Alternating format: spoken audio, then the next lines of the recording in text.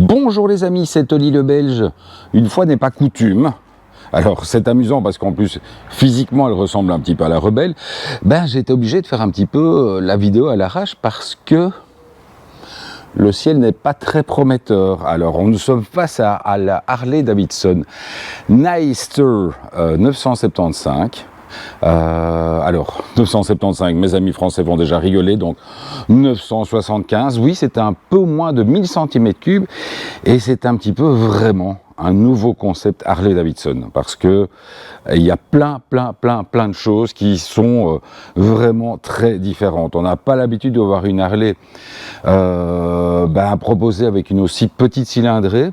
Ils avaient tenté à l'époque de faire des 750, ça n'avait pas vraiment remporté beaucoup de succès. Je sais par les bruits de couloir que malheureusement, pour l'instant, celle-ci n'a pas rencontré non plus un succès énorme. Je pense que malheureusement, c'est un petit peu dû au prix proposé au départ, puisqu'elle était pratiquement... Elle était au-delà des 18 000 euros, pratiquement 19 000, un petit peu optionné, donc ça commence à devenir très cher pour une Harley qui, somme toute, reste assez simple. Alors, il y a une des premières choses qui est surprenante sur une Harley Davidson, enfin surprenant dans le sens où on n'a pas l'habitude de voir ça, comme c'est un 1000 cm3, voilà, la petite cinématique du tableau de bord, tout simplement, la zone rouge est à 9000 tours, oui, c'est énorme. Donc en fait, c'est une Harley qui se conduit pas comme une Harley. Ça fait partie des différentes choses qu'on a retrouvées sur cette Harley. Donc c'est une Harley, comme je l'ai dit, je viens de le dire, c'est une Harley qui a diminué de pratiquement 4000 euros.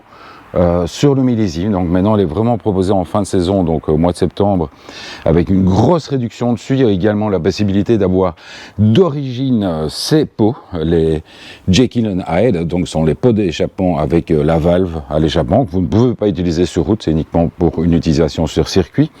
Je ris sous cap. De toute façon, je vais vous avouer que moi je l'ai, donc je l'ai effectivement sur cette moto-ci. De toute façon, très rapidement, ça vous casse tellement les oreilles que vous n'avez pas envie de laisser la valve ouverte parce que c'est vraiment trop bruyant. Sinon, esthétiquement, c'est vrai qu'au niveau, vraiment au niveau du look, dans cette livrée noire, elle est très jolie. Il y a des choses qui restent étonnantes. Donc, il faut savoir que le réservoir est sous la selle. Il n'est pas très grand. Ça vous permet quand même de faire, on va dire, des étapes d'un peu moins de 200 km, puisqu'il faut savoir qu'effectivement, ce réservoir-ci, c'est vide. Alors il y a des choses qui continuent, qui nous ont un petit peu choqués. On va dire il y a quelques détails de finition qui sont pas dingues, comme on voit ces sorties ces connectiques de clignotants qui sont pas folles. Alors comme sur la Sportster, c'est un moteur qui est suspendu, donc il n'y a pas de châssis en dessous, donc le moteur est accroché ici sur le cadre par le dessus. Esthétiquement, c'est pas absolument fou. C'est un moteur qui, bien entendu, a quand même un petit peu tendance à chauffer. Donc, on sent bien qu'on est assis sur la fine selle. Vraiment, j'ai retrouvé la position de la Rebelle. Quand on est assis sur la fine selle, vous avez évidemment ce cylindre qui est vraiment juste à côté de votre cuisse. Ça chauffe pas mal. Sinon, la conduite, elle est super agréable, c'est une moto qui est assez incisive, donc on peut vraiment se faire plaisir sur route. Il y a des petits détails, donc sur ce modèle qui est somme toute assez simple, ils ont quand même gardé les gros commodos. Les gros commodos qui peuvent être un peu compliqués. Ici, vous avez donc le cruise control, les poignées chauffantes, etc. Ça reste assez simple, sauf qu'effectivement, ça m'arrivait plusieurs fois de vouloir klaxonner. Mais c'est ici. Donc, allez-y pour l'attraper, surtout avec des roues d'hiver. C'est pratiquement impossible à faire. De l'autre côté, je trouve qu'il y a beaucoup de boutons pour finalement proposer très peu de choses. Donc, vous avez le mode qui est là-bas au-dessus, donc avec les 3 modes, Rain, User et Sport.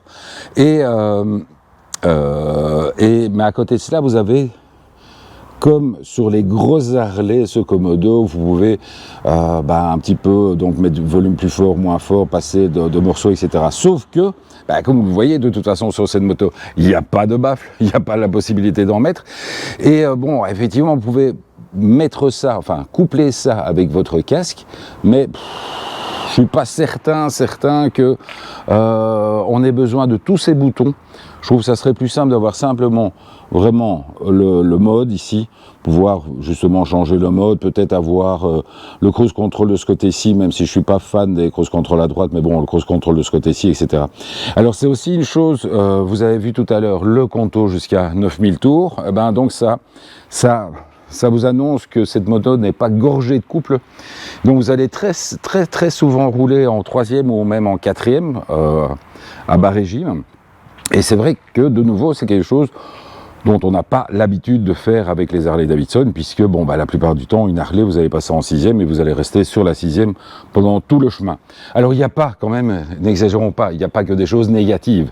Je vous dis vraiment, cette moto est très belle, elle est reconnaissable. Bon, on était au Moto Social, beaucoup de gens sont arrêtés, de par aussi le nouveau logo 2023 Harley Davidson, qui est vraiment très vintage, qui est très joli. Vraiment c'est une moto qui est très agréable à amener sur petite route. Elle est super fun. La tenue de route, bah voilà, ça reste un petit peu dans l'idée d'un roadster raisonnable, c'est-à-dire que vous pouvez quand même prendre pas mal d'angles. Ce qui est surprenant, c'est pas embêtant, mais c'est surprenant, bah, lorsque vous prenez vraiment trop d'angles, en fait c'est votre chaussure, votre botte qui va toucher. Il n'y a pas d'ergot de repose-pied pour prévenir en cas d'attaque un peu trop franche. Vous allez directement toucher les chaussures, donc c'est pas gênant, c'est juste surprenant. Le freinage est plutôt à l'aise. Vraiment, elle est top. Alors, je vais vous laisser la suite. Donc, j'ai déjà fait 7 minutes. Gilles va me tuer. Je laisse la suite pour Gilles et Sarah qui, eux, vont aller vraiment rouler sur nos petites routes habituelles. Dimanche, on croise les doigts pour le temps. Il commence à pleuvoir. Allez, ciao les amis. Deuxième partie, très bientôt. Allez, ciao, bye.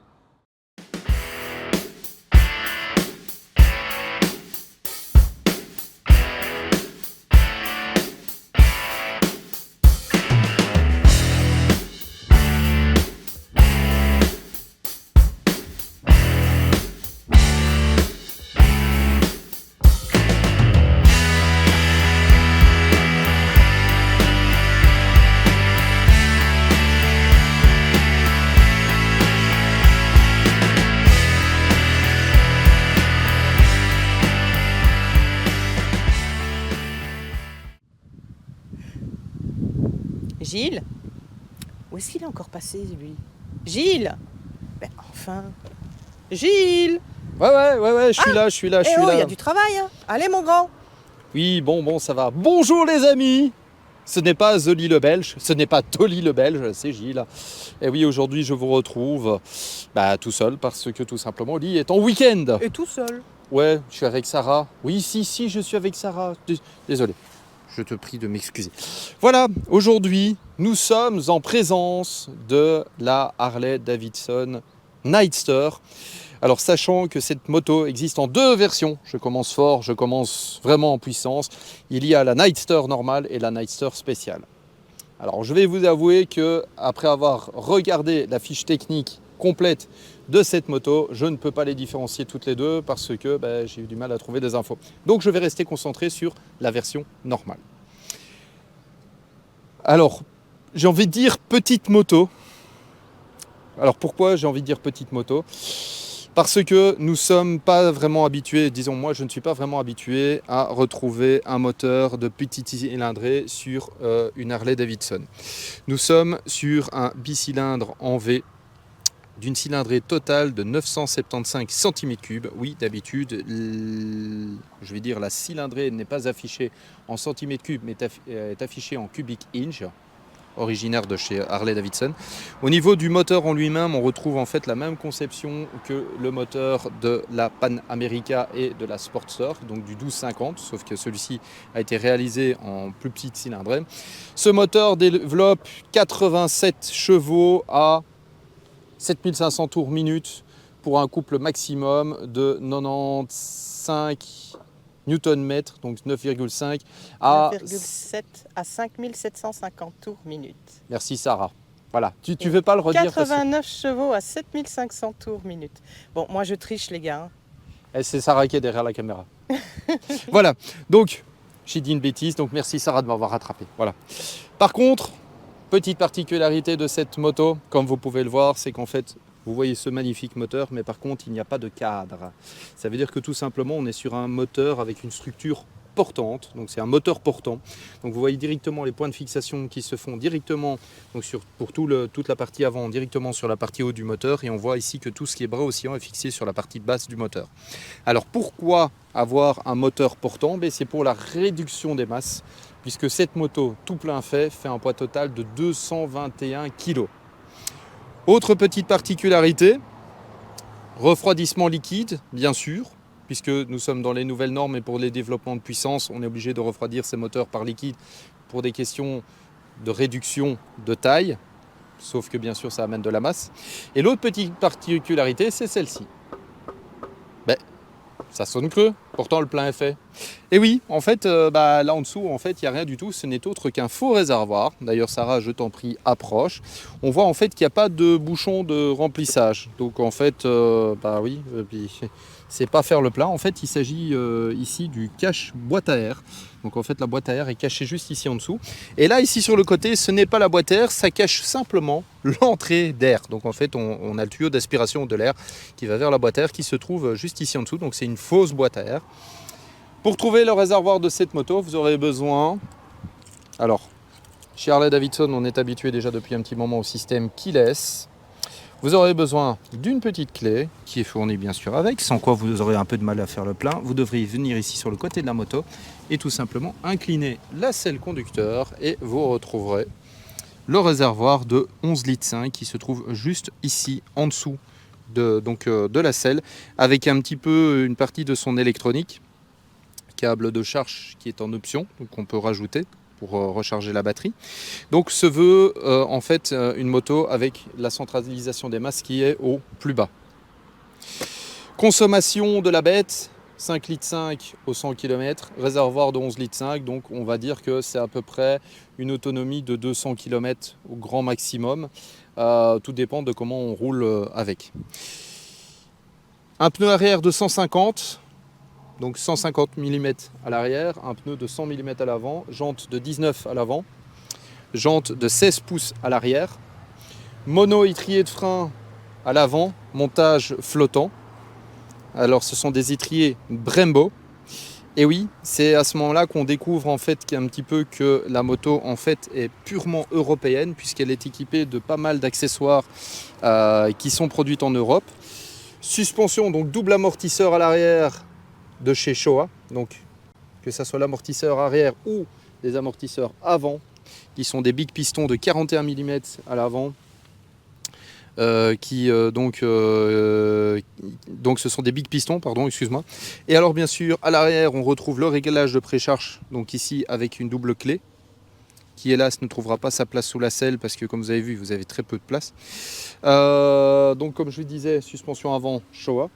Là, c'est pour Sarah pour qu'elle puisse leur montrer. Et alors surtout, tout le système de connectivité de cette moto. Parce que comme vous pouvez le voir, en fait, il y a des boutons de partout. Vous voyez qu'ici, il y a un bouton mode. Ici, on a le bouton pour mettre en route la moto, donc le coupe-circuit. Il suffit tout simplement de l'actionner et ensuite d'appuyer sur ce bouton pour pouvoir mettre en route la moto. Les 4 clignotants, donc les warnings, qui hélas, pour moi, auraient dû être rouges pour être un peu plus facilement identifiables et peut-être un petit peu plus grand. Parce que je vous avoue que j'ai cherché un peu après. Après, on retrouve toutes les commandes ici à droite pour tout ce qui est téléphonie, donc pour le son, pour le volume. Ici en dessous on retrouve le bouton pour décrocher le téléphone et alors petite surprise, à côté on retrouve le traction control, donc le bouton pour gérer le traction control et le désactiver. J'ai trouvé ça assez spécial de le mettre entre les deux puisque il suffit simplement d'avoir un peu des gros gants et de se tromper et on désactive le traction control au lieu de décrocher le téléphone.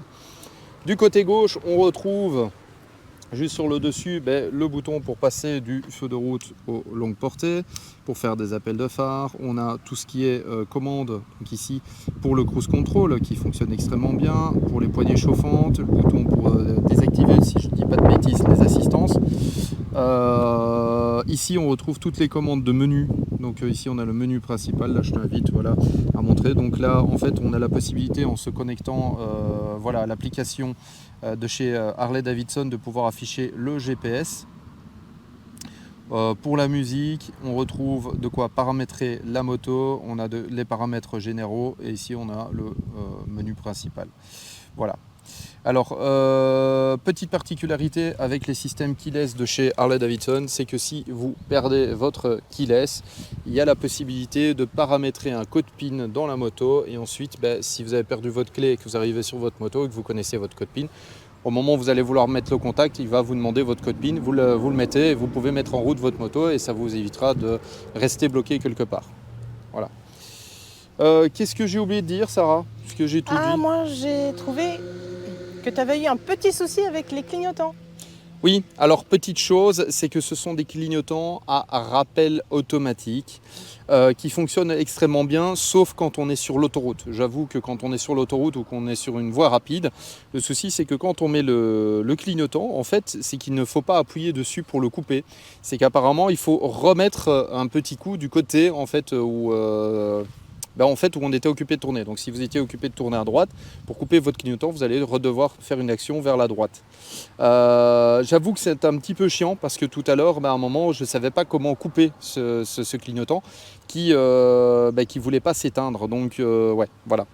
Au niveau de la position assise, alors là, on retrouve une position assise où on a en fait, là je vais replier la béquille, on retrouve une position assise où on a vraiment la jambe qui est dans l'axe du corps, donc on n'a vraiment pas la jambe du tout qui est repliée, position qui est très agréable.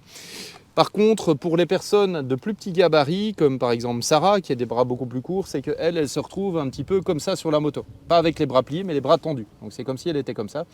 Donc ce qui veut dire qu'en fait, sa veste s'est légèrement levée et elle a eu la vue du plombier en roulant. Donc ce qui veut dire que ça lui a fait un peu froid. Elle m'a dit qu'effectivement, par rapport à ça, elle trouvait que la position était un peu trop inclinée pour elle au niveau de l'avant. Les épaules un peu trop hautes. Ouais, les épaules un petit peu trop haut parce qu'on a un guidon qui est relativement haut, qui est relativement droit. Donc ça veut dire que vraiment ça tire le pilote en avant. Je vous avoue que ça ne m'a pas gêné. La moto, vu son poids, est extrêmement légère, donc extrêmement maniable. Les rétrovisent pas mal, mais c'est assez petit. Donc ce qui veut dire que vous devez penser à faire attention à votre angle mort, de penser à regarder quand même sur votre gauche si vous n'avez pas une voiture qui s'y trouve ou un camion, quoique le camion ça se verra, ou un autre motard. Petite chose que j'ai à regretter, alors je ne sais pas si c'est le modèle d'essai, je vous avoue que la boîte est extrêmement dure. Je vous avoue que descendre les rapports, ça va encore, mais par contre les montées, quand on passe surtout de première en deuxième, on a tendance à avoir ce sélecteur qui est extrêmement dur, qui fait qu'on a tendance à s'arrêter en point mort. Et je vous avoue qu'il faut vraiment insister sur le sélecteur pour le lever. Je pense que j'ai quasiment tout dit. Sarah, tu penses quoi? J'ai pas dit trop de bêtises, je suis un peu fatigué. Non, ça va? Ok. Bon les amis, vous savez quoi? Je vous propose une petite chose, c'est qu'on va peut-être se retrouver au guidon de cette moto, donc en tout cas en caméra embarquée, où je vais essayer de vous parler un peu du comportement de cette moto, sachant qu'il s'agit d'un modèle sport. Donc on va tester un peu sa sportivité. Hein? On essaye? On essaye avec le Kundelic. Ouais, le Kundelic. Bon allez, je vais équiper le Kundelic, je te laisse faire. Vas-y, va équiper mon Kundelic de 20 ans. Bon allez, à tout de suite les amis. Allez, au travail, mon grand.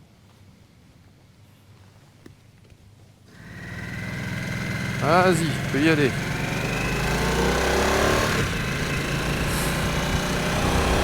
Alors voilà les amis, on se retrouve pour la seconde partie de cette vidéo, l'embarqué comme vous l'aimez. Je vais déjà essayer de me rapprocher un peu plus de Sarah. Parce que Sarah est de retour sur sa VN800 et sur sa VN800, je peux vous dire qu'elle met les gaz. Donc, comme je vous disais tout à l'heure, position qui est quand même assez sympathique, en tout cas pour des gens qui ont plutôt des grands bras.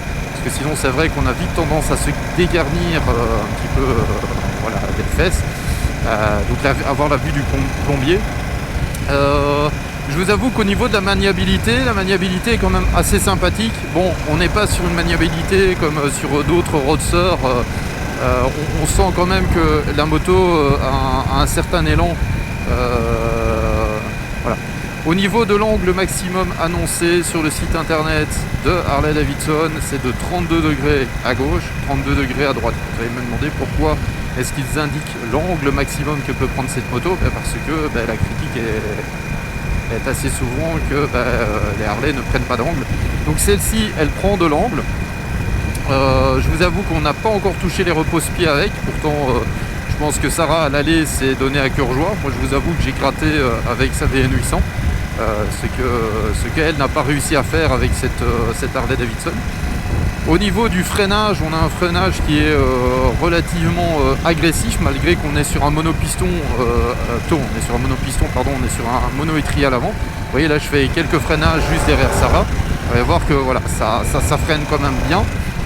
L'arrière est un petit peu plus dur à utiliser, mais je laisse à supposer que c'est du fait que cette moto n'a pas beaucoup freiné d'arrière non plus. C'est ce qui arrive très souvent quand on récupère nos motos d'essai, c'est qu'elles n'ont pas forcément toutes été rodées de la même manière.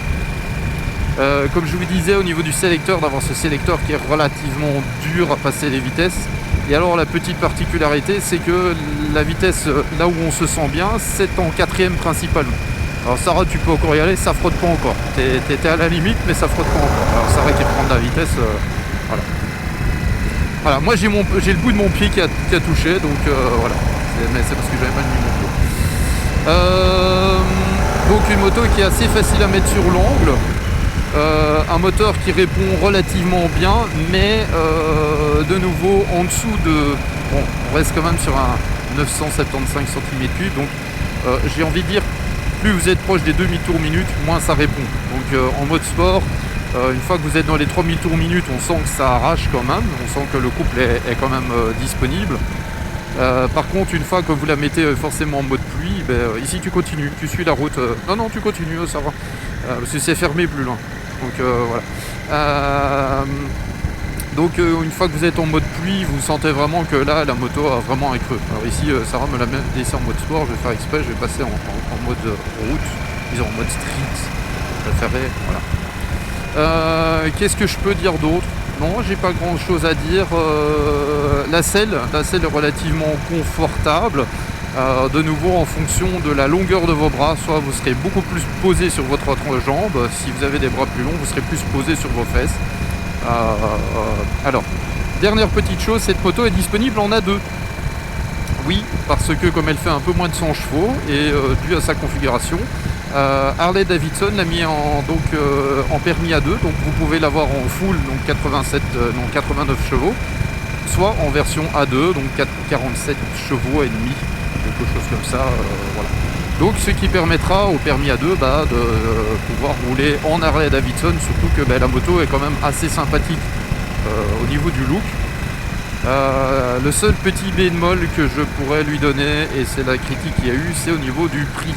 Il faut savoir que cette moto sera disponible en Belgique à partir de 17 000 €, donc 16 995 €. Donc tu continues tout droit, ça va, tu suis la route. Donc cette moto sera disponible à partir de 16 995 €, donc de base. Alors tu me dis clignotant, et j'ai coupé les clignotants moi. Voilà. Ah oui, ok. C'est vrai, je suis concentré sur ce qu'elle me dit, elle me fait des grands signes, en fait c'est parce qu'il y a un lidar alors qu'on roule, voilà. On roule en dessous de la vitesse légale. Voilà, petit moment comique, vous voyez que c'est du fait en direct, il n'y a pas... voilà. Donc comme je vous disais, donc cette moto est disponible donc, en A2 et permettra donc voilà, aux A2 d'en profiter, sauf au niveau du prix, puisque le prix on est quand même à presque 17 000 € prix de base, et pour la version spéciale on est quasiment entre 18 et 19 000 €. Voilà les amis, bon sur ce, je pense qu'on va arrêter la vidéo là. Moi vous savez quoi, puisque ils ont mis un bouton pour faire du boucan, je vais faire du boucan.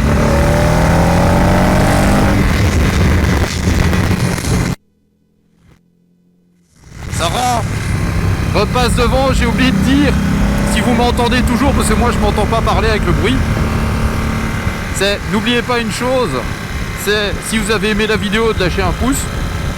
Si vous avez des questions, des commentaires, n'hésitez pas, on vous lit, on vous répond. Et puis surtout, n'hésitez pas à partager nos vidéos si vous les aimez, et bien sûr à vous abonner. Bon, allez sur ce, moi je vous laisse.